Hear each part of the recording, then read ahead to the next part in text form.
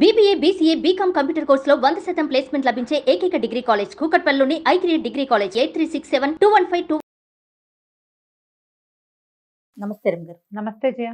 రమగారు, మానవ జన్మ దీనికి సార్థకత ఏంటి? వచ్చాము, ఏదో ఆయన పంపించాడు, వచ్చాము, మళ్ళీ పిలుస్తాడు, వెళ్ళిపోతాం. కానీ ఈ జన్మకంటూ ఒక సార్థకత ఉండాలి కదా. దానికి మన మార్కుని మనం ఎలా వేసుకోవాలి? ప్రతి ఒక్కరం కూడా ఎవరికి చేతనైనంత, ఎవరు చేయగలిగినంత, ఎట్లా? మానవ సహజమైన గుణాలు మనిషి అన్నాక ఏదో కొంచెం ఉండాలి, ఏవో ఉండాలి. ఈ ఉండాల్సిన వాటిల్లో మంచివి చెడువి కూడా ఉంటాయి. ప్రతివాడు అరిషడ్ వర్గంతో పోరాడుతూ ఉంటాడు.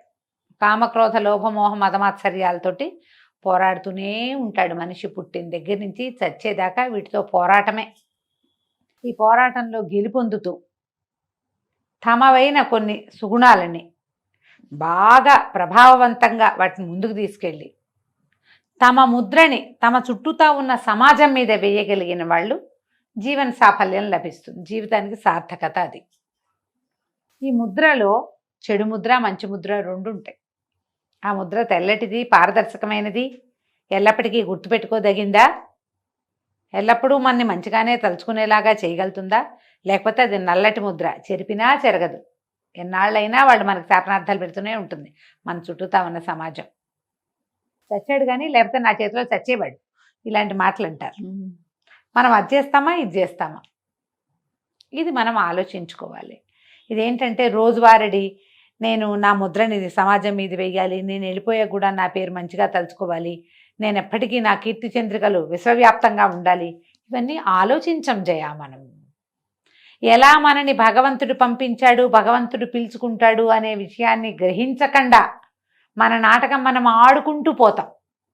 ఈ ఆడే నాటకంలో నా వల్ల నేను ఒక మంచి అద్భుతమైన ముద్ర వేస్తాను, రేపు కూడా నేను ఉంటాను, అవన్నీ ఆలోచించరు. ఆలోచించకుండా జీవించేస్తూ ఉంటాం. తెల్లారిందా, తిన్నామా, పడుకున్నామా, లేచామా, మళ్ళీ తెల్లారి ఇదే గోల. ఇందులో మళ్ళీ మనకి సంపాదన కోసము, జీవితం కోసము, సంసారం కోసము, ఫ్యామిలీ కోసము, జీవిక రోజువారీ తిండి తిప్పలు వీటి కోసము, భవిష్యత్ తరాలకు సరిపడా సంపాదించడం కోసము, ఇదే కాకుండా నా మాటే గెలిపించుకోవటము, నేనే ముందుండటము, నాకు నచ్చేలా ఉండటము, నాకు నచ్చిందే చేయటము, నేను అనుకున్నదే జరగటము, ఇవన్నీ రటన ఉంటుంది ప్రతి వాళ్ళకి. అది ఉంటుంది, ఇది ఉంటుంది. చిన్న జీవితం వాడికి బతకటం కోసం, పెద్ద జీవితం వాడికి తను కింగులా ఉండటం కోసం, దీనికోసమే పోరాడుతూ ఉంటాం. చిన్నదానికి చిన్న పోరాటం, పెద్దదానికి పెద్ద పోరాటం. వీళ్ళేమో హాయిగా ఉన్నారని అనుకోకర్లా, మనం వీళ్ళకి ఉంటాయి పోరాటాలు, వాళ్ళకి ఉంటాయి. ఈ పోరాటంలో పడి రేపు మన తర్వాత మనం ఇక్కడ ఉంటామా లేదా అవి ఏవి ఆలోచన అసలు చేయము. మనం ఇలాగే తోచక మాట్లాడుకునే మాటలు అప్పుడు చెప్పుకుంటాము, స్పీచుల్లో చెప్పుకుంటాము. పెద్దవాళ్ళు ఎవరైనా మాట్లాడేటప్పుడు ప్రవచనకర్తలు నీదైనా ముద్ర వేయి, నీ తర్వాత కూడా నువ్వు చిరంజీవిగా ఉండాలి అని మాట్లాడతారు, చెప్తారు. ఎవరైనా చనిపోయిన వాళ్ళ గురించి మాట్లాడుకునేటప్పుడు మనం వింటాము, ఆహా వీడు చచ్చి కూడా ఎంత మంచి పేర్లతో ఉన్నాడు, మనం కూడా ఇలాగే చెయ్యాలి అని ఒక వాక్యం వస్తుంది బ్రెయిన్లోకి. తెల్లారేక అన్నిటితో పాటు అది కూడా పోతుంది. అవి గుర్తుండవు. జీవితం ఒక పోరాటంగా వెళ్తూ ఉంటుంది.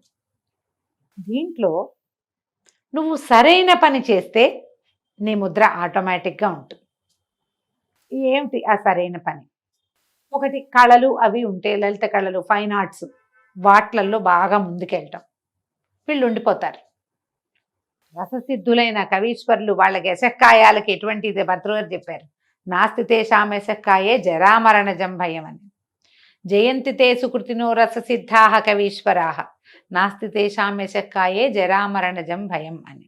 కొంతమంది కవులో లేకపోతే ఇలా గాయకులని, వైతాళికులని, వీళ్ళంతా ఏంటంటే వాళ్ళు జయిస్తారు ఎప్పటికీ కూడా. రససిద్ధి కలిగిన వాళ్ళు, అద్భుతాలు సాధించిన వాళ్ళు, వాళ్ళ తాలూకు కీర్తికి జరా లేదు, మరణము లేదు. అంటే వృద్ధాప్యము రాదు, మరణము రాదు, ఎప్పటికీ వాళ్ళు ఈ ప్రపంచంలో ఉండిపోతారు.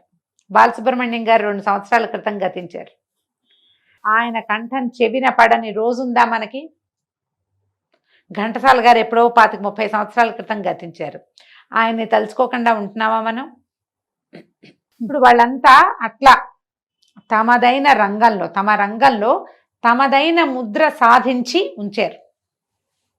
ఎప్పటికీ వాళ్ళని తీపి జ్ఞాపకాలు, వాళ్ళ మంచి గుర్తులు అద్భుతమైనవి గుర్తుంటూనే ఉంటాయి.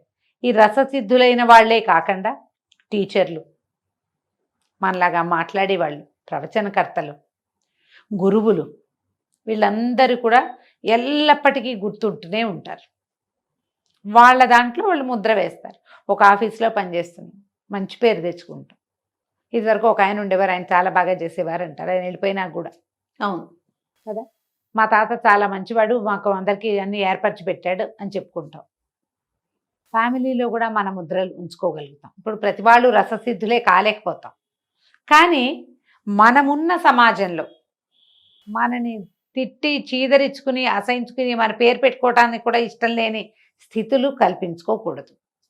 ఒక మనిషి జీవితానికి సాఫల్యం ఏంటంటే మరణించిన తర్వాత కూడా అదే మర్యాదతో అతని పేరుని తీసుకుంటూ ఉంటే, ఒకళ్ళైనా కనీసం ఒకరు బ్రతికుండగా ఏ మర్యాదని పొందాడో ఆ మర్యాదని మరణానంతరం కూడా పొందగలిగితే అది జీవితానికి సాఫల్యం. మనుషుల జీవితాలు అందుకు కావాలి. అవును, మనం ఏదో బతికాం ఉన్ననాళ్ళు ఏదో మన ఏడ్చాం లిచకపోయాం కాదు, అది కాదు. దానివల్ల ఏ సఫలత లేదు. అంటే చచ్చిపోయాక మనకు ఎలా తెలుస్తుందండి అని అనిపిస్తుంది కదా. కానీ మనతో పాటు సమాజం మొత్తం వచ్చేది, మన గుంపు కొంత ఇక్కడ ఉంటుంది, మనం పోయాక కూడా. వాళ్ళకి తలవంపులు చిన్నతనము కలిగించకూడదు. నువ్వు ఇప్పుడు వేరే వారి గొప్పతనం మనం ఎలా వింటున్నామో ఈ భూమి మీద, రేపు మనం వెళ్ళిపోయాక మన గురించి అట్లానే వింటారు కదా. వింటారు, వినాలి. అది అలా చేసుకోవాలి. మనం లేకపోయినా, మనం మరణానంతరమే కాదు, మనం ఇక్కడెక్కడో పనిచేసాం, ఎవరికో 4 మంచి మాటలు చెప్పాం, మనం లేనప్పుడు కూడా వాళ్ళు మనని మంచిగా తలుచుకోవాలి. ఎస్, అది జీవన సాఫల్యం. ఇప్పుడు ఎంతసేపు చచ్చిపోయాకే మాట్లాడుకుంటున్నాం, చచ్చాక కాదు. మనం ఇక్కడ ఉండంగానే, మనం వెళ్ళిపోయినా మన సౌరభాన్ని విడవగలిగి ఉండాలి. మనం వాళ్ళు ఉన్నారు, వాళ్ళు వచ్చారు, చేశారు, చెప్పారు, వీళ్ళకి చెప్పడం వల్ల మాది బాగుంది, వీళ్ళు చాలా బాగా చెప్తారు, చాలా బాగా చేశారు, ఎంత సహాయం చేశారు, అన్నం పెట్టారు మాకు, ఇలాంటివి వెనక్కి ఉంచుకోగలగటమే మానవ జీవితానికి సార్థకత. పోతే పోతామమ్మా, ఎవ్వరూ నుంచుని కూర్చుని పేటేసుకుని ఇక్కడే కూర్చుని వాడు ఒక్కడు లేడు. ఎవరైనా ఒకటే దారి, అంతే. ఏ దారిలో వచ్చామో అదే దారిలో వెళ్ళిపోతాం కూడా. మన ముద్రని విడిచిపెట్టి వెళ్ళగలమా లేదా అనేది ఆలోచించండి తప్పకుండా. ఇప్పుడు ఈ జీవన పోరాటము, ప్రయత్నము, మన డాన్స్ మన నాటకం మనం ఆడేసుకుంటూ ఉంటాం. దీంట్లో కూడా ఒక మంచి చేయొచ్చు మనం. ఈ నాటకంలో ఎప్పుడు మంచి చేసే, సహాయం చేసే, ఒక మంచి మాట ఆడగలిగే అవకాశం ఎప్పుడు వచ్చినా దాన్ని తీసుకోండి ఖచ్చితంగా. మన జీవితంలో మనం వెళ్ళేటప్పుడు ఎన్నో పొరపాట్లు, తప్పులు, ఇతరులను ఇబ్బంది పెట్టడమో, ఎవరో ఒకళ్ళని ఇరుకున పడేయటమో, బాధ పెట్టడమో, ఏ సహాయము చేయకుండా వెళ్ళిపోవాల్సి జరుగుతూనే ఉంటాయి. అవుతాయి, మన మనుషులం కదా, జరుగుతుంది ఇట్లా. కానీ దీంట్లో కూడా ఎప్పుడైనా మనకు సహాయం చేయాల్సిన అవసరం వస్తే దాన్ని తీసుకోండి, అది మానదు. అది మనని మన వెనకాల నుంచోబెడుతుంది తప్పకుండా. ఆ నుంచుతేనే మానవ జీవితానికి సార్థకత. మనిషి అయి పుట్టినవాడు ఎవడైనా సరే ఇతరులకి సహాయపడాలి. భగవద్ధ్యానం చేయటము, ఇతరులకి సహాయపడము, మనం ఏ భూమి మీద పుట్టామో ఆ భూమికి కొంత మేలు చేయటము, ఎంతో కొంత, ఇవి అవసరం. ఊపిరి ఎలా తీసుకుంటున్నామో ఈ పనులు కూడా అలాగే చేయాలి. ఓ మొక్క పెట్టండి, ఓ మొక్కలకి సహాయం చేయండి, వాడికి ఒకడికో ముద్ద అన్నం పెట్టండి, ఒకళ్ళకో మంచి మాట చెప్పండి, మీకు వచ్చిన విద్య ఎవరికైనా చెప్పండి. చాలామంది అలా కూడా ఉంటారు, తమ ఏదైనా నేర్చుకుంటే ఎవరికి చెప్పకూడదు అనుకుంటారు, దాచేసుకుంటారు. విద్యలు దాచుకోవద్దు.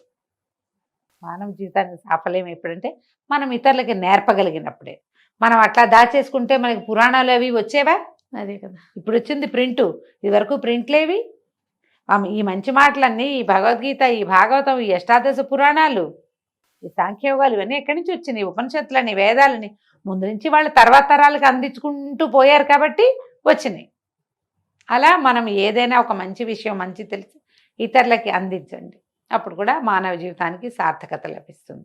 ఎవరి లెవెల్లో వాళ్ళు, ఎవరు ఏం చేయగలిగితే అది, కానీ చేయాల్సిందే తప్పకుండా. అంతే, చేస్తేనే మీకు మనిషిగా పుట్టినందుకు మీ జీవితానికి ఒక విలువ, ఒక మర్యాద, మీ దృష్టిలో అయినా ఉండాలిగా మీకు మర్యాద, ఆ, అవునా కాదా? అంతే కదా రమ్మగారు. కాబట్టి మన దృష్టిలో మనం మర్యాదగా ఉండటానికైనా కూడా మనం మనుషులుగా మిగలాలి, నిలవాలి, ఉండాలి.